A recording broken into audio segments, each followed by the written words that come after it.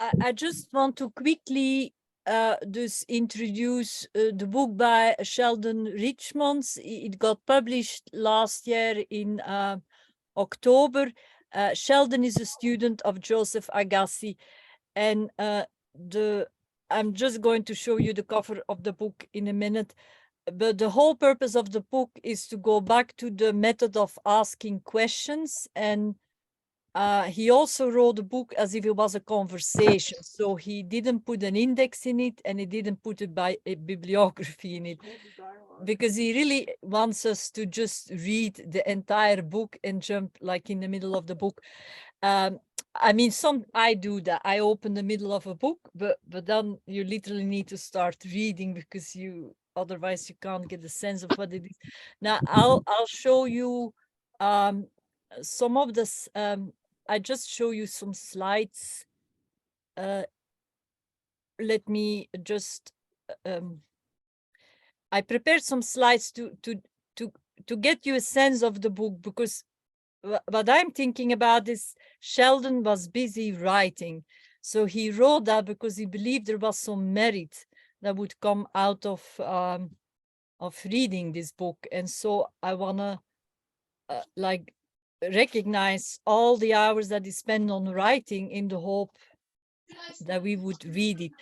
And actually, yes, please. Yeah. So I'll just start with this as a reference point, since he was a student of Joseph Agassi. And by the way, the book is available for free for people who want, but it can also be found on the internet. Now, I hear a voice in the background. I think maybe that is Matthias, or I'm just going to, or maybe, anyway, it's gone. So what he wants to do in this book is connect the dots. So if you wonder, that is not some sort of artificial intelligence creature, but that is him connecting a couple of dots. And it's kind of interesting that there is some symmetry somewhere. But the title of the book is Reclaiming Our Humanity, Restoring. And that's something that's interesting. I always think it's about reclaiming, but actually it's really about restoring our humanity. So, okay. So then, sorry, it was one up. So he organizes his question asking, reintroducing the art of questions, in 6 essays. And they're all talking, I mean, for people who know European philosophy, it's all about being in the world. So you either are continuously talking, observing, doing, making, thinking, or being. And if any of you want to interrupt with the question, please interrupt. So, but what is really trying to, actually, what I should say, what is really important in chapter number 1, he makes a reference to Lin Tang, and Lin Tang is a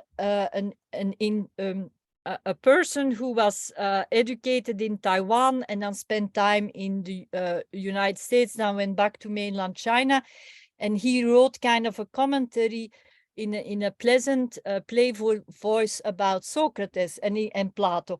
And so he said, well, what those Greeks are doing, they're developing the philosophy of I'm entirely right, and since I'm entirely right, therefore those who disagree with me must be entirely wrong. And so that's a very interesting segue, I thought, because this Popper, as I understood him, is the one who does the opposite, who says, I may be wrong, you may be right, and by an effort we get nearer to the truth.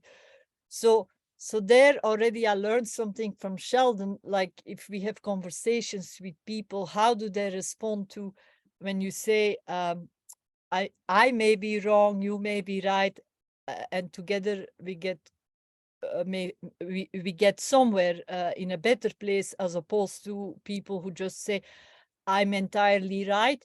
And actually, that's justified through belief philosophy, as we learned from Bartley, supposedly. But now here, this is the summary of the book, basically. It's like really about now, how really should we ask questions? Because he's practicing over 6 essays. And as I understood it, he really tries to be dus stay away from the I entirely right. So he asks us, he gives us two methods of asking questions. And so one is where you have only two choices, and that is like we either say yes or no, or we either agree or disagree, and that's so the questions force an answer. And then the other one is actually that you're also allowed to come up with the two additional answers of like saying, yeah, it depends. That you think the question is not clear enough, or that you just really think that the question is irrelevant. And so so I in closing, maybe I wanted some actually I had planned that with Elise, that we were going to ask you whether you had any question that was currently on your mind. I mean, now we can have this like over a glass of wine question, or coffee shop questions of like about something totally theoretical that we know there is no immediate answer. But whether any of you have like a problem, instead of a question, it's really a problem that you would like to solve over the next 2-3 years, and how can we help you solve your problem, or what sort of resources, and that can be any sort of problem. So that is what we would like to leave you with. If you could share, Sadia is back, and I'm just putting in the room. Yeah. So Tembe, may I begin with you, because you post something very, very you post the big picture problem. So is there a way that we may be able to slice it into a smaller problem that we can be of assistance? To start with, on my screen, I don't have the option to raise a hand. That's why I keep on raising it physically. It's kind of tricky for me, but I'll try and package it better. I am in the process of registering an organization, the name of which is Peace Engineering. I had some challenges, I think, growing up, which I think I've been able to address most through reading. Around 2006, a lecturer at university gave me a book called Emotional Intelligence by Daniel Goleman. That book changed the person that I was in a very big way. And I think a few years after that, I read Social Intelligence by the same author. I have since gone through a lot in my personal life, a lot of grief and all, which I came out of through reading. Now, with some recent developments that happened in my life, I came to understand something, that there is a greater need to share certain information with people, which could help them either cope better with their lives, reduce stress, and perhaps assist them in not scoring own goals. So I had a question as early as last year to say, when a war is planned or when there's a war somewhere, I think scientists are in the forefront, because I think warlords generally ask them what type of weapons we can use to defeat our enemies and to cause more damage. What if you could put engineers in a room and say to them, for a certain amount of money or certain resources, I'm going to ask you to design the opposite of a weapon, which may not practically exist, but I'm hoping to sort of build the framework upon which trials of such can be made. And should it be that peace cannot be engineered in my lifetime, I hope to at least contribute towards the investigation of that possibility. So another thing that I came to realize, I started questioning the meaning of my names and what they mean. So my name Temba is in a language called Xhosa. It's in South Africa, and Muiti is a surname. It's in Tswana. So the name Temba means hope, and the surname Muiti means knowledge. That's another reason why I like Popper, you know. So I then thought, what if my names mean that I have to provide hope or give hope through knowledge? And unfortunately, that means I have to read a lot. You know, when you are someone who has to be referred to as someone who knows, but you don't know much because you don't read. So I read a lot. Like I read a new book at least every 2 months or 3 months. So my biggest challenge for the next coming years is to develop programs of sharing information that already exists and packaging it in ways that will make sense to the ordinary guy, or even make better sense to the intellect who doesn't maybe know how to formulate certain things in a way that makes sense for them to even get the correct answers or relevant answers, if I can put it that way. So, Temba, could you put contact information in the chat room? You probably gave it already, but then we have it immediately that we can connect it with the project you just gave us. Is that possible to give you as an email address or a phone number to text you or do some other I'm gonna do just that. Say that again, sorry. Yeah. I will supply the information. I think what I'm trying to do is a very ambitious project, and it would be quite helpful to get ideas, because I don't necessarily have something to look at to reference from.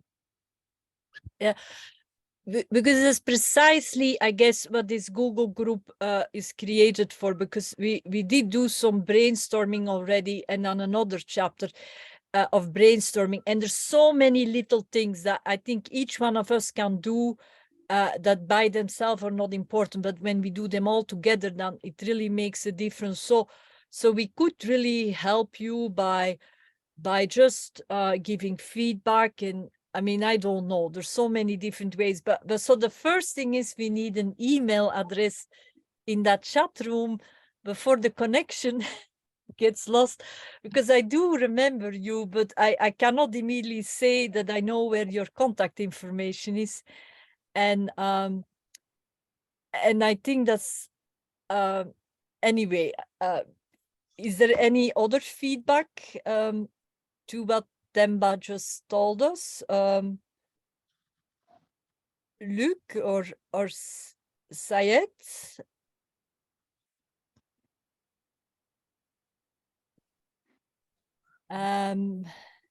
Who else? Mini Technic and Marilyn. I'm just calling names. Sadia.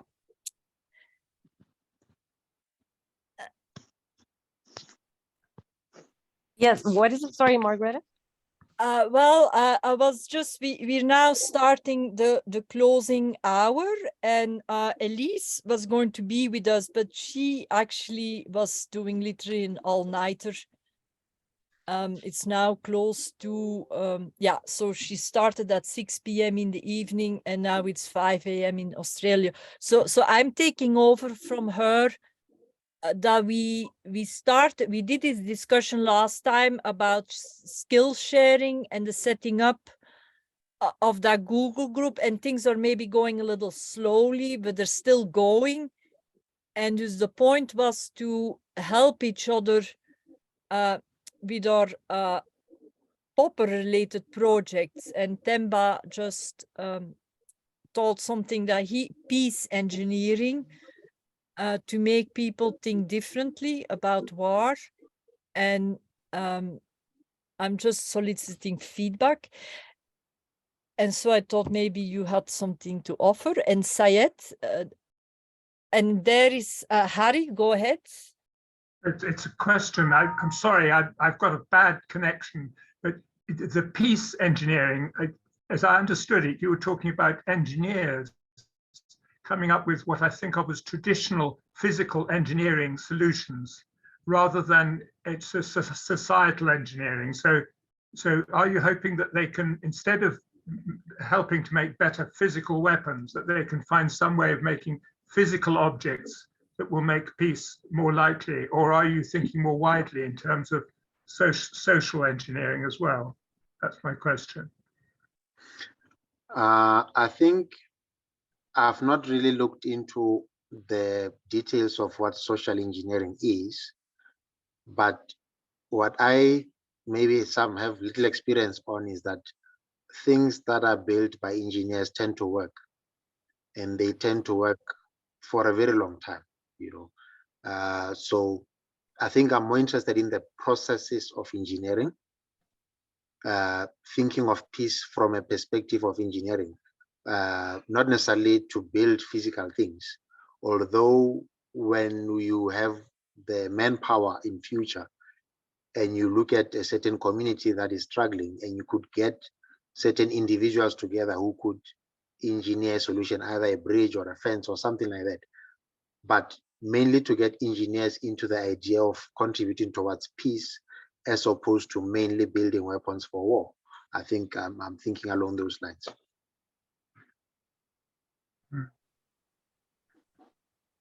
Thank you.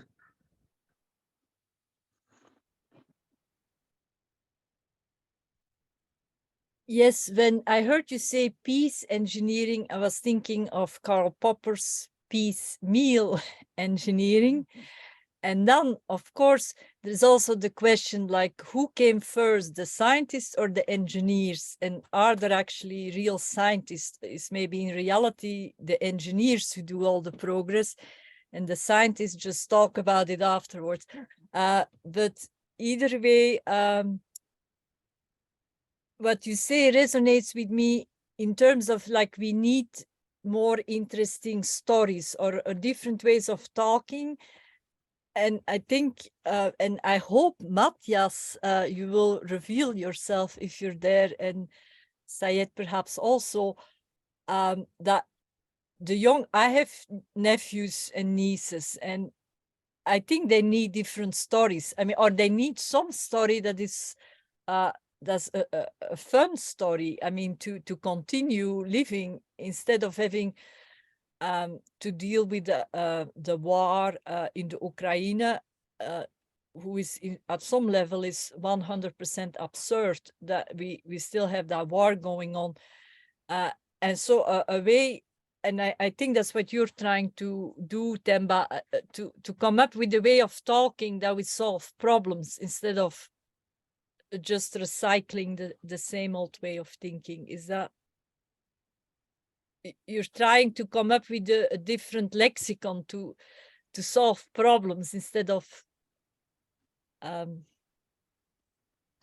think instead of pointing fingers and saying you are the problem. Yeah.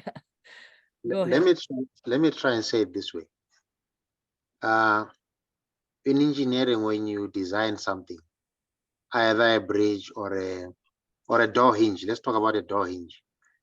You list certain parameters, the weight of the door, and what's the angle at which it must swing open.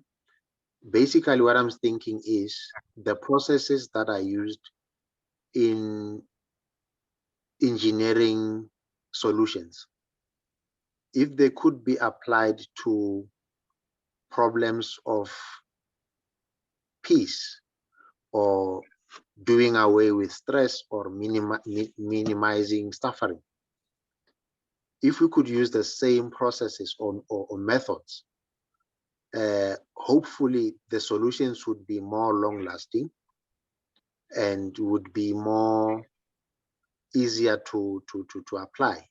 I think anybody can build a chair. Well, many people, if you give them wood and tools, they could maybe make a chair. But if you say that there's a certain individual that is suffering, how can we help them? Usually the solutions are not very direct. Okay, let me give you an example.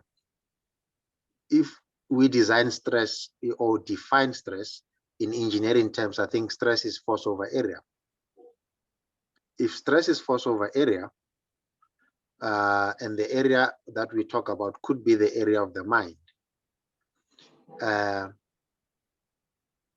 we could reduce the stress by adding new information, which would increase the surface area of the mind, and that would reduce stress. Now, you can give people information that is maybe helpful to their situations.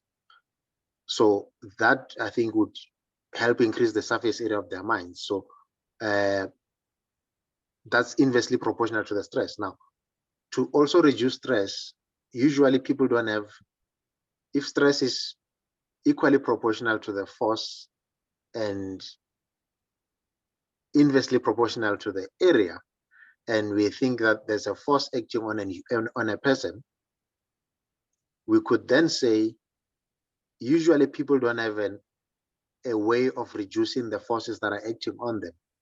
But should you be able to call friends or people that you know, some contacts, usually external people can reduce the force.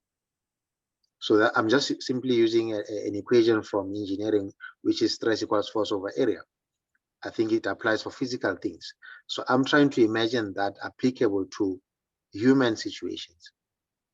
So usually if you have friends, they can do something about the forces that are acting on you, whether they be, let's just say you need a lawyer or you need medical advice.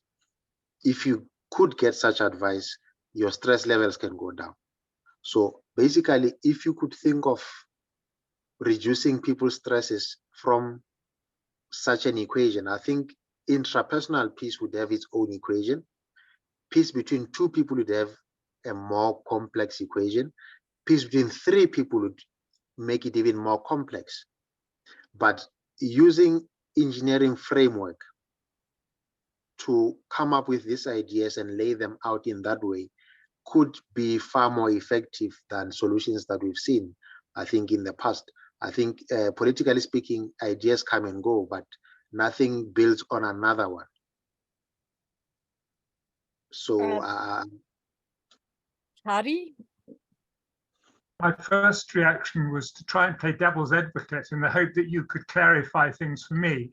But can I say that what I'm hearing you describe is what I would describe as a sort of metaphorical extension from one area of engineering into something that's in another silo, in this case, human mental health. Is that fair, that you're making it just extending, but it's a metaphorical thing. They're not the same thing in reality. So it's not the actual engineering technology that would be used by an engineer who's looking at stresses and strains in bridge structures and taking those ideas and trying to, it's definitely purely metaphorical, what you've described. I'm glad you made that clear, because I was really struggling to see how you could use techniques in physics. And traditionally, I worked in the Department of Engineering, not doing computing work. And I tried to think what those engineers, what they could do. And one thing I would say is that my experience, there were a few people who were very interested in solving big problems, like how to get good quality, potable drinking water all over the world, but the money that's made available for this sort of thing is next to zero. And they were trying to squeeze it in sort of under the door of the rest of their funding, and as a sideline almost, because there wasn't a lot of demand for doing that. And yet there was huge demand. So one of my colleagues, and I had difficulty trying to help them with their work at all, because it didn't, was to work on producing more efficient military helicopters. That's where the money was in engineering departments. So in terms of actual hardware and traditional engineering techniques, I can tell you that there's a huge amount of intellectual ability out there. But and two problems arise that I'm aware of, having seen young engineers come in and doing postgraduate work. First of all, they need something that is really attractive. So a lot of people going into biomedical engineering when I left this field a decade or so ago, and partly because that's where industry was going, and they could hope to get employed in that direction, and partly because it was challenging. And one saw at the end of the Second World War people moving away from doing physics, and indeed the work in molecular biology is partly attributed to the work of the book by Schrödinger, which was, he's a physicist, and so was read by physicists who didn't want to be making atom bombs, okay, after the Second World War. So they had a new sort of goal, a positive goal for humanity to aim for, which was not being physicists. That's the point. It was using the minds that they had as physicists, the critical faculties, and the ability to understand wider issues that are scientific. That's what took them into molecular biology, but it wasn't being better nuclear physicists to bring about peace, or few did. There was a whole Atoms for Peace, which was largely a PR exercise at the end of the Second World War. So, and that would have been good if all they'd done was move into nuclear power, better at least than making bombs, in my opinion. But that in reality, that it was used in Britain certainly as a cover for getting the nuclear material to make more bombs. You know, so, and when people realized that, they became even more disenchanted. So I think that's why I asked, was it a social engineering, the wider social context that you were concerned with? Because that I can understand, both the need and the possibility of working in that way. How one does it, I don't know. There are departments of peace studies, for example, in Bradford in England, and I'm sure in other universities all over the world. Not many, because you're more likely to get funded for some sort of war college in pretty much any country in the world than you are for a department of peace studies. Anyway, so sorry that I'm maybe being too negative, but I'm hoping to sharpen up so it's the sort of my understanding when you respond to the sort of things that I feel I could engage with, and perhaps other people also. That's all I should be saying. Thank you. Demba, did you want to give a response before I go to Sadia? I think your response, Harry, is quite closer to where I'm trying to get. And I appreciate your feedback on that, because I also don't really understand what I'm doing. I just feel a burning desire to add to the problem solving. I think especially the things that I'm exposed to in South Africa, I see a lot of people, even if they're not lucky, they just score a lot of own goals. And if you could give them something like Aristotle's challenge, you know, anyone can be angry, that's easy. But to be angry with the right person at the right time, you tell someone something just like that, it makes their life very easy immediately. So sometimes, even if you're not lucky, but if you could minimize own goals alone, your life could be amazingly different. So I think, Harry, you were quite spot on in helping me shape that idea better. And thank you for that. Sadia? Yeah, first of all, I apologize because I came in much later, so maybe what I'm about to say, you know, I haven't heard.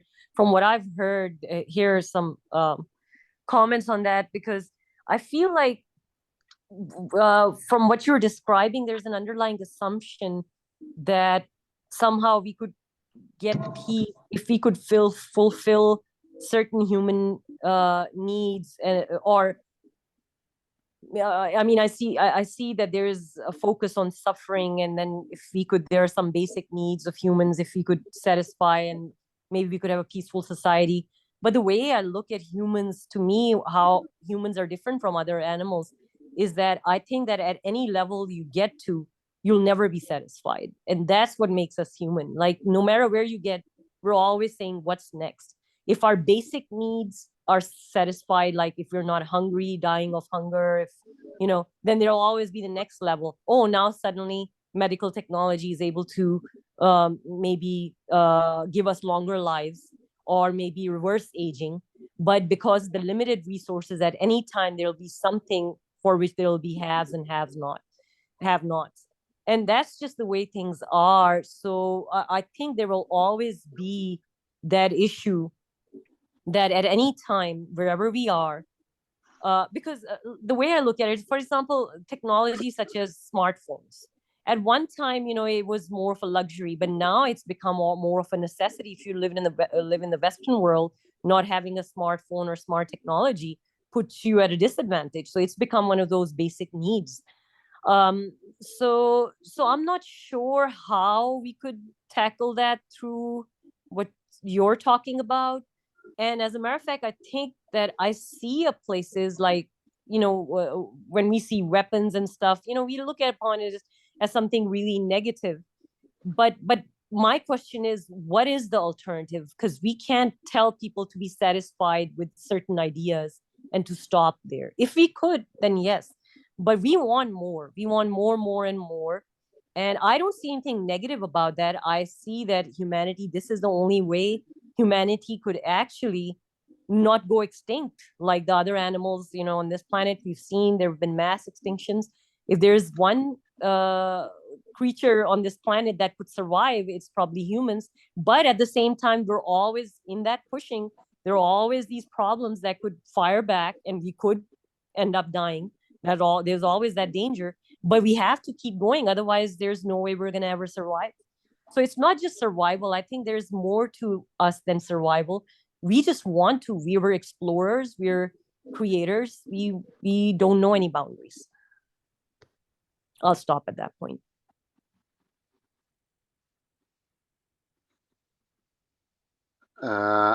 Margarita, Temba, you are. yes. Yeah, Temba Okay. reply and then Hari. Sadia, I would like to suggest that you read a book called The Monk Who Sold His Ferrari. I'm not sure if you've heard of the book or have read it already, but I think apart from the part that when you get to a certain level, you want something more, a lot of us, I believe, are in a better place in that we are struggling with things that move humanity forward. Below us, there are people who are struggling with things that we have solutions to, or at least know how to get around. And if we could somehow find ways of sharing such information so as to make those people's lives less of a suffering, I'm not saying we can ever be satisfied, but as we speak, you have people who sleep on the streets. And it could just be that they don't understand how to get along with other people. Those people could be taught social skills. Maybe they have a bad temper. If you could help such a person get along with others, they are likely to be accommodated in a home. So it's not so much about, yes, there'll be another need if you solve this one. I think speaking like a Popperian, I think you're trying to say that a solution to a problem is also a problem. But again, if you look at it like I'm saying, there are people who are on drugs and new information is coming up about what addiction actually is. I think there's a physician called Dr. Gabor Mate who shares a very different story of addiction. I think Dr. Bruce Perry as well. If you could get information which has already been found or exists to people who don't already know it, at least get them out of the ditch that they're in, so that maybe when we are struggling for better phones or better cars, they could at least be also looking for better cars and not trying to get out of a ditch, because they're ready to get them out of there already exist. This is the book Can I I'm just reading. ask you one thing on that? Just on that comment? Aren't we already doing that? Because here's the thing, like there's some people, when I ask that question, that aren't we already, there'll be, there'll always be this comment, like next time we go into space or we're going to send something, oh, but there are people dying. Like there are literally people who will say that we should not be investing into anything till every person on this planet is fed or we are somehow addressing their needs. But I don't think that's actually even possible. So it's kind of hard to strike like what's the right place. Do you see what I'm saying? Like, but I mean, I feel like we are doing, but the question comes down to how much are you expecting that should be done versus maybe in other endeavors is really the question that it comes down to. It's a hard question. I I think my view is that the people in this group, especially with everything they know, should have more weight, or they should be viewed more as more important than celebrities, because I think the people in this group have information that can make other people's lives better. You know, if you can teach a person thinking skills, well, it starts with vocabulary. You know, the amount of self-talk that happens, if it was only positive, people's lives could be a little bit easier.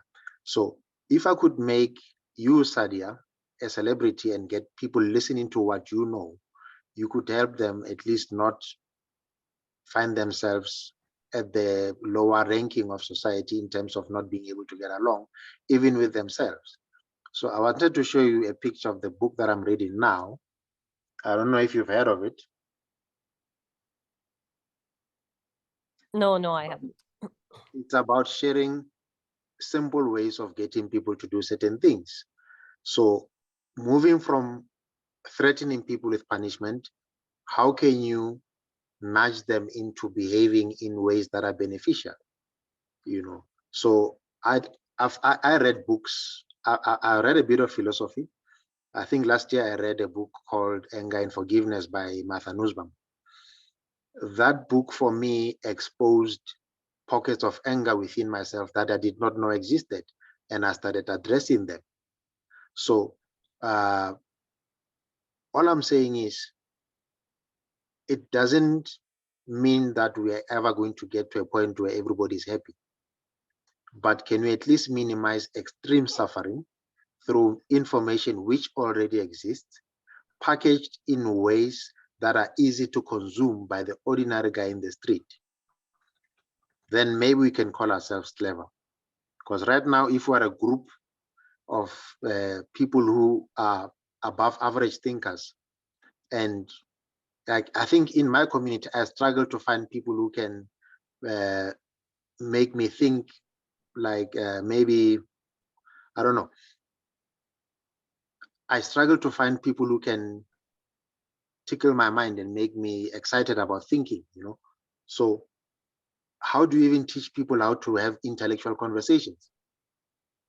Now, I think a book I read recently by Dr. Perry, I think it's What Happened to You, you know. I think he's with Oprah as author in the book. Now, the story that is being shared in that book is that before you can teach somebody something, you must check if they are well regulated, emotionally regulated. Now, you still struggle with people who are going through the West and you are trying to teach them ideas about Karl Popper. This person's priority is feeling better because they feel worse. They've been feeling bad the whole month about something that happened to them. So maybe even before we teach intellectual information, we must first learn to help people to feel better so that the thinking part of their brains is accessible to good information. Then we can start trying to share ideas. So sometimes it's not even just about having good ideas, but the person whom you are talking to, do they maybe need to eat before they talk to you?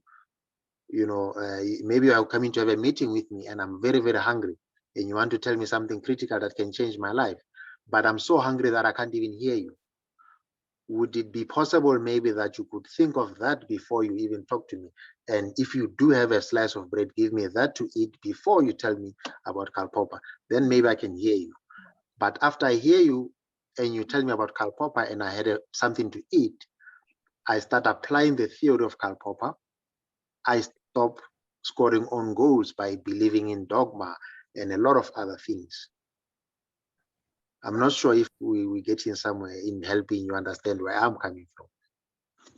Actually, I sort of understand. If you don't mind me, I don't know if anybody else had a hand up, or can I comment to that, Margareta? We have still another 25 minutes, so please do comment. Yeah. Yeah. And- So yeah, go ahead. no, I was going to say that I actually taught at a high school for a while, which I pretty much had mostly kids from low socioeconomics, and majority of them were from African American communities. And one of the things that I came across, because I saw a lot of behavioral issues, and we identified the reasons, because those kids were coming from broken homes, low socioeconomic, and they weren't even ready to be educated. They needed to be saved first. And when they felt like somebody was able to save them, that's when they put their trust in those people. But there was a long journey ahead. But another big thing that came about was that those kids, particularly the boys, did not have male role models. And I think that I've really thought about this issue, that how do we bring some of these communities that have suffered because of, the past history and so forth, how do we even bring them to a point where the kids in that community can see a bigger future, a bigger picture, because right now they don't even have the vision. And when they see television, the sort of role models, they want to look upon people who look like them, and that is the truth. They majority of the people, whether it's whichever community it is, somehow people gravitate to people who look like them. They want, like, women will sometimes gravitate towards role models who are other women. It seems to be the case for whatever psychological reason. So no, I agree with you that I think that there is a great need for inspirational role models, but who are also working models, like not just somebody who's just giving a bunch of speeches, but is actually modeling something and showing some sort of an alternative way things can be. Because otherwise the kids are just going to gravitate to your, like in the case of the kids that I was teaching, just rap stars, gangsters, or just sports celebrity. And that's pretty much all they had, because those were the only role models they ever saw.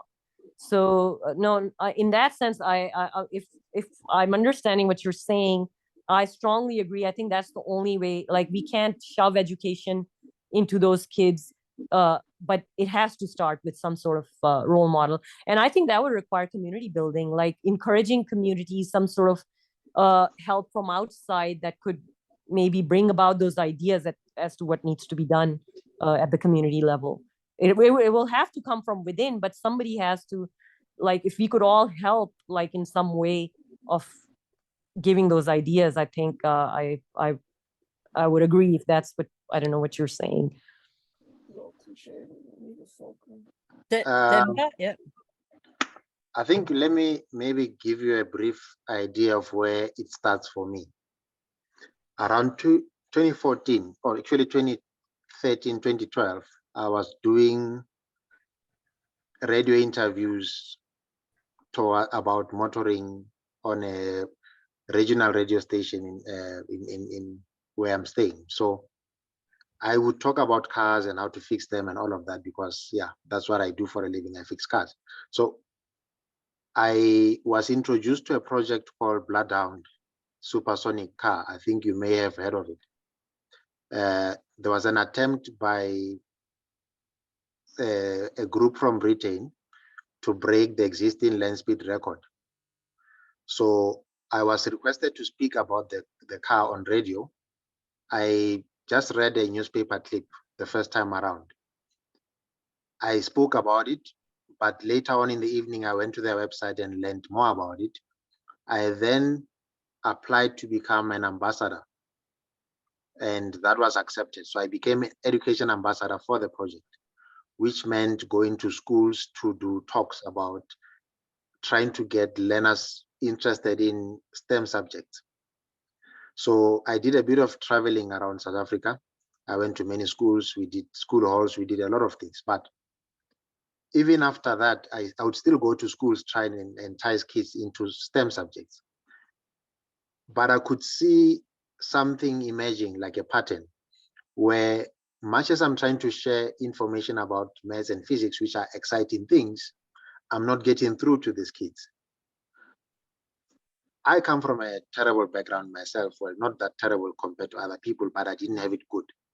So having read emotional intelligence, having read social intelligence, I started seeing through the kids signs that they need more emotional help than help with maths and physics in terms of extra classes and whatnot. Because I did sometimes try extra classes, so you then get the idea that the kids can actually cope.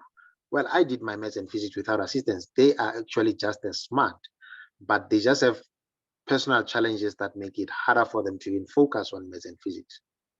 So I started pulling back a bit in terms of pushing them into maths and physics or even teaching them in extra classes. I started looking at how can I actually help them feel better so that they can learn better. So if I can make them feel better, I don't even need to help them with maths or physics. So through reading and reading and reading, I start to get the vocabulary with which I can communicate even to them how to think about their problems.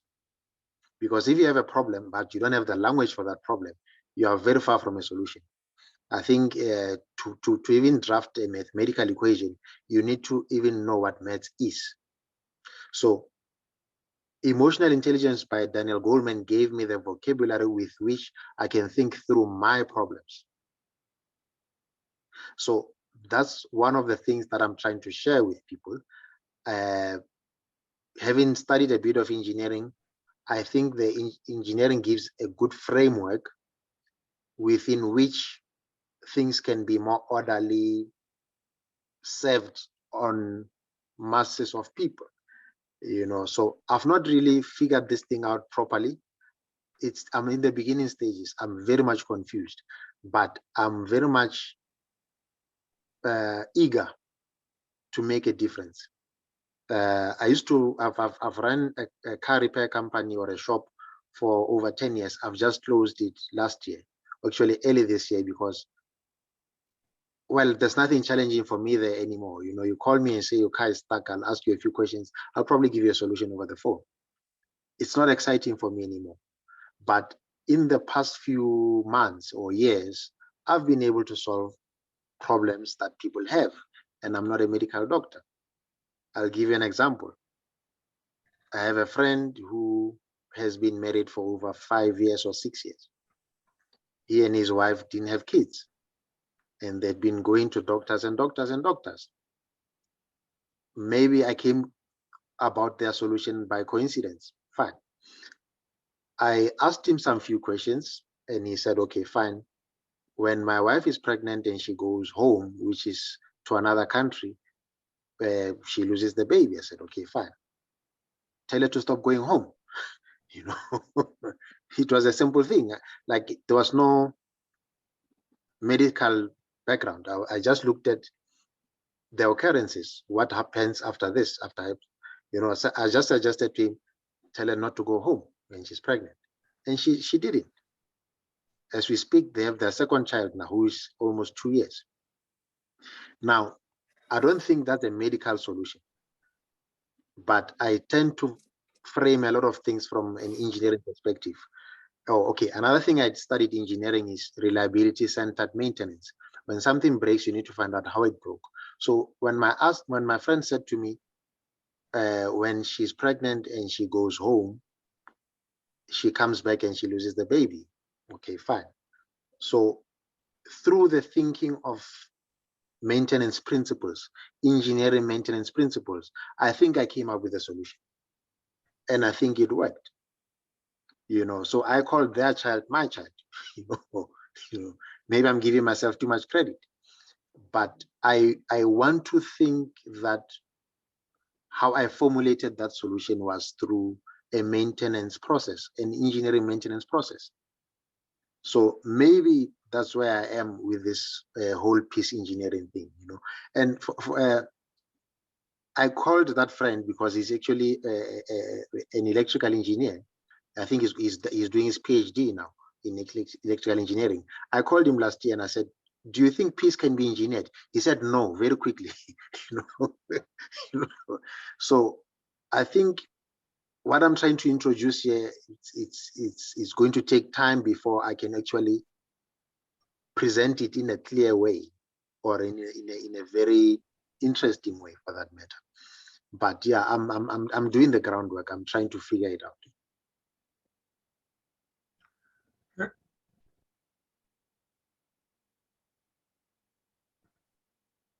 Harry? I think Yeah. Yeah. So okay. First of all, I admire your optimism and your enthusiasm. I've got so many things to say. I think it's better if I don't say anything.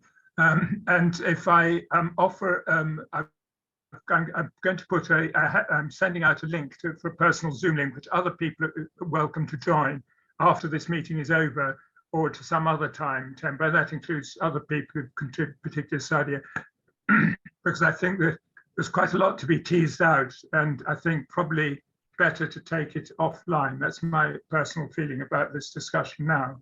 I've got so many things to say, I don't know where to start and where to stop. So I think it's safer for me to feel that I'm making a positive contribution if we do it that way. Is that okay, Temba? Does that make sense to you? It does. Okay. I think I must let you know that it's way past my bedtime. It's yeah, but we can do it I've got your email. I'll put my email in there as well. So you're obviously welcome to contact me. So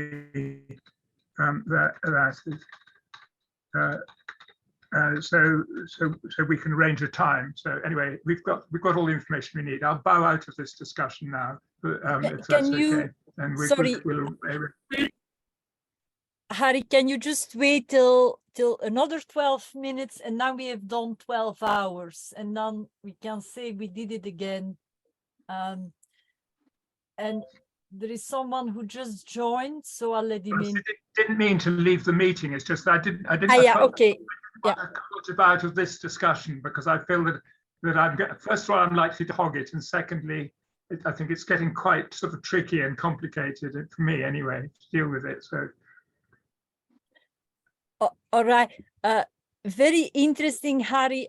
What I was going to say was maybe something similar to what you were going to say. Is actually we could like meet again with several of us to talk a bit more about it, and maybe we could arrange that we meet every month, whoever is interested, or every 2 months, whatever the schedule like allows us, and that we continue in this way, because I hear you very loud and clear, and especially given what Sadia said, and actually what Harry said earlier, and actually the story is simple. So this in the 17th century, like I maybe said that earlier, Thomas Hobbes came up with the idea to say, we just have invented the mechanical calculator, and they're like things that turn around.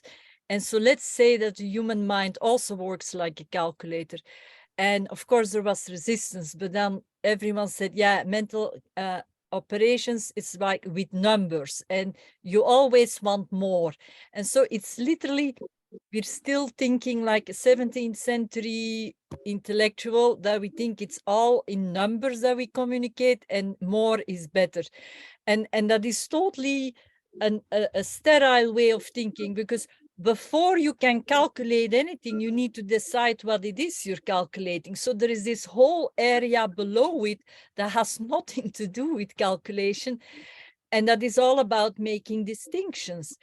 And what I heard you say, that we start with the self, and then we develop a relation with another, and then a third.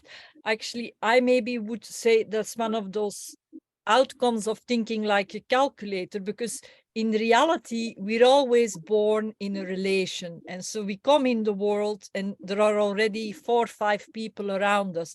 So we never are really alone. And it is that calculator or the machine metaphor that makes us think we're individuals. But in reality, we're relations. We have a network of relations. And so I think we have an opportunity now to further develop what you just brought out. And for instance, emotional. The calculator has nothing to say about emotional. So all these people who over-identify, they can't talk with us because they don't have words. You said they don't have a lexicon because it doesn't exist. The emotion of a machine is not our emotion. They call it a random emotion. I don't know what they call it, but it's definitely not a human emotion. So I see what your challenges will be that there are two narratives in society now, like the Golem, Daniel Goleman, I think. There's one that really says we start with emotions. And my friend here, who unfortunately cannot come to the camera, so he specializes in addiction. So I totally get what you mean. We're all emotional beings, and we occasionally calculate. And the problem is, the university says the other way. They say, no, we're all calculators, and we sometimes have an emotional experience. And so that is our challenge, but it can also be our opportunity, is to kind of go back to the real narrative about being human. And so perhaps we can do that by kind of meeting again and continuing the conversation, and then be more clear about the small problems that we can tackle as we move forward. And so Can I have yes. I want to make a slight, yes, I saw you winding up on that, because I just wanted to comment on it. I saw Temba raised a book called Nudge, and I should say that as far as I know, this idea has become very popular now, and it comes out of a lot of 1960s advertising and updated and much improved. Whatever the improved means here. And in Britain, it's become a darling, an idea for the people on what I would call the far right of British politics, and has quite a sinister feel to it, where people are being nudged to do things that the government wants, so that they don't even know they're being nudged. And as I find that one of the most, it's another way of manipulating people. And I'm somebody who believes both in personal and political relationships, that manipulating people without them being fully in agreement with it is one of the greatest evils that we can see what happened in Nazi Germany, for example. And I'm beginning to see small signs of it in Britain today. So as soon as I saw that word nudge, a shiver went down my spine. And I encourage you to think twice about going too far down that road. It's a bit megalomaniacal, and that's certainly how it's being used in British politics in the last 5-10 years. Anyway, enough of that. I'll try and address your other. Yeah, so Tembe, would that be okay if I share your email address with several other people? But yes, because I'm going to do kind of a little bit an open-ended sharing, or I may just put it somewhere on the website, if that is all right, of our Karl Popper, and I can take you down any moment you want to.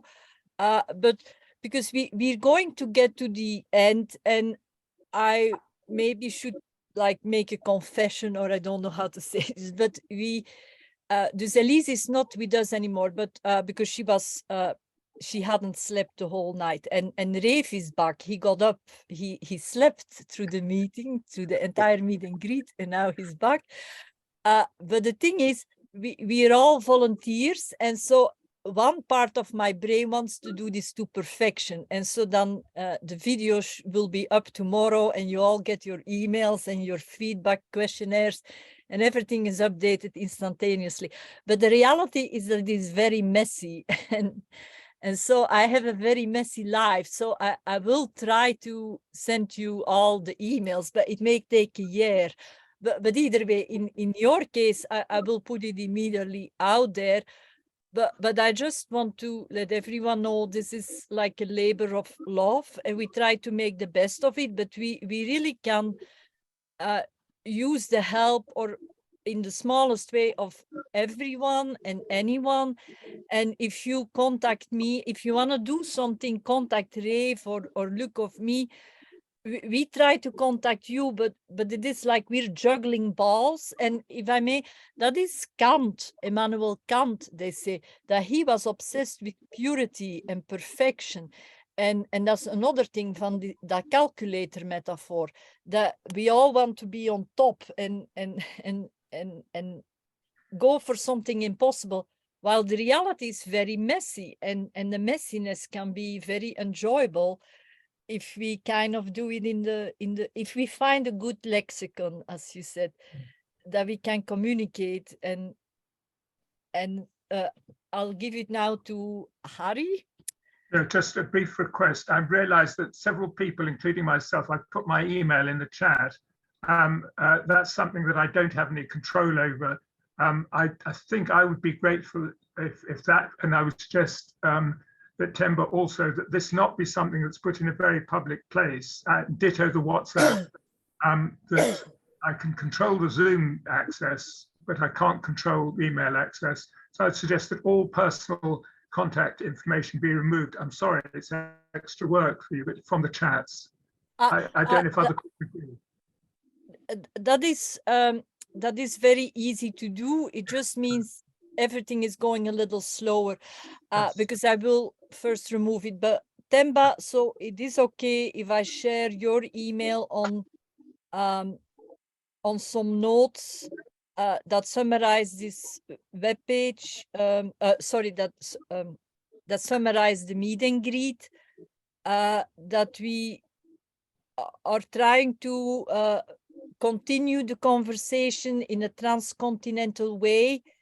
And may I give your email address as like a contact person for people who want to learn more about this?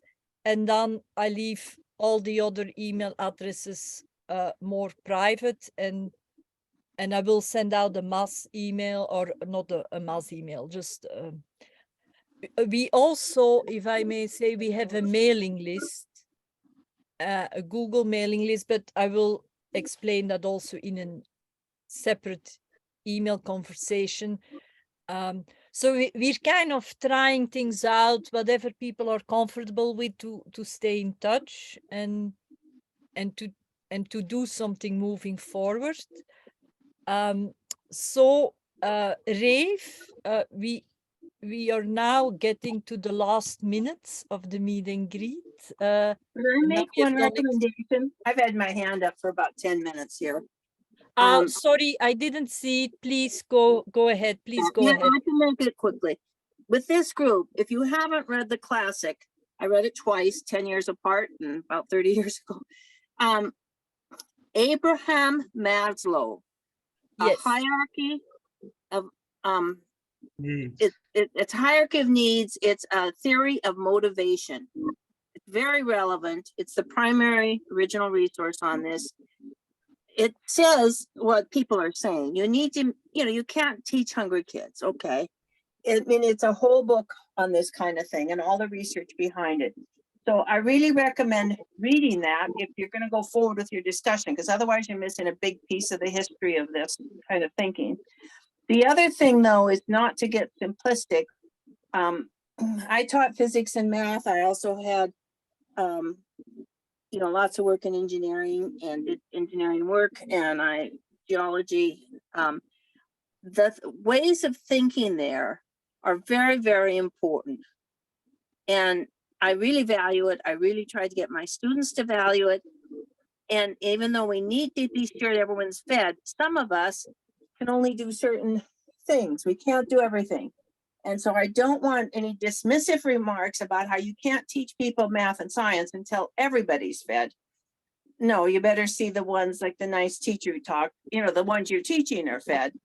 But we need to value that. And that's one reason I told you I got into Popper, because I was taking history and philosophy of science. And we need to have that going on at the same time as these humanitarian efforts.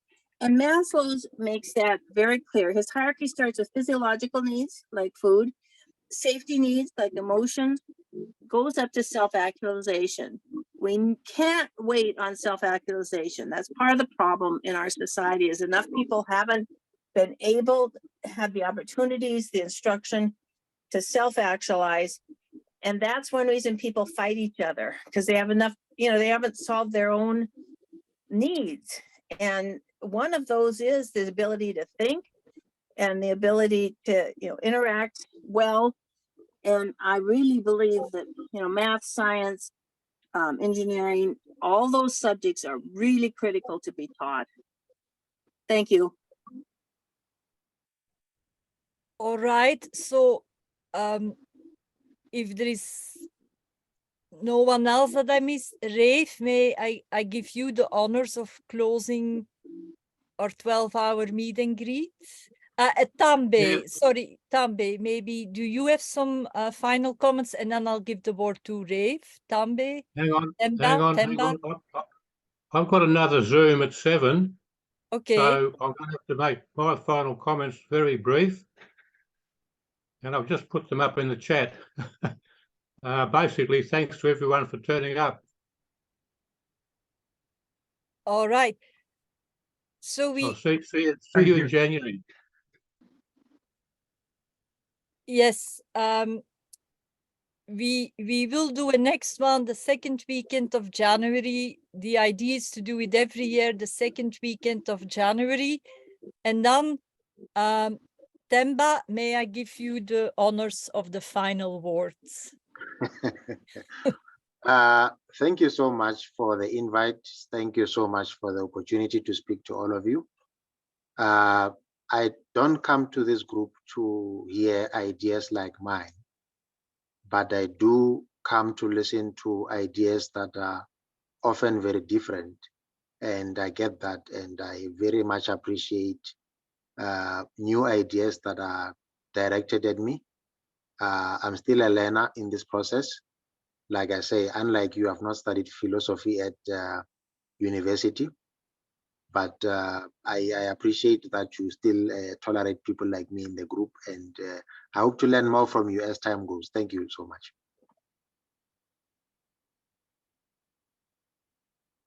Oh, all right, maybe Luc, the allerlast. Yeah, I'm so tired that I can't say a lot. So thank you all, and see you next time.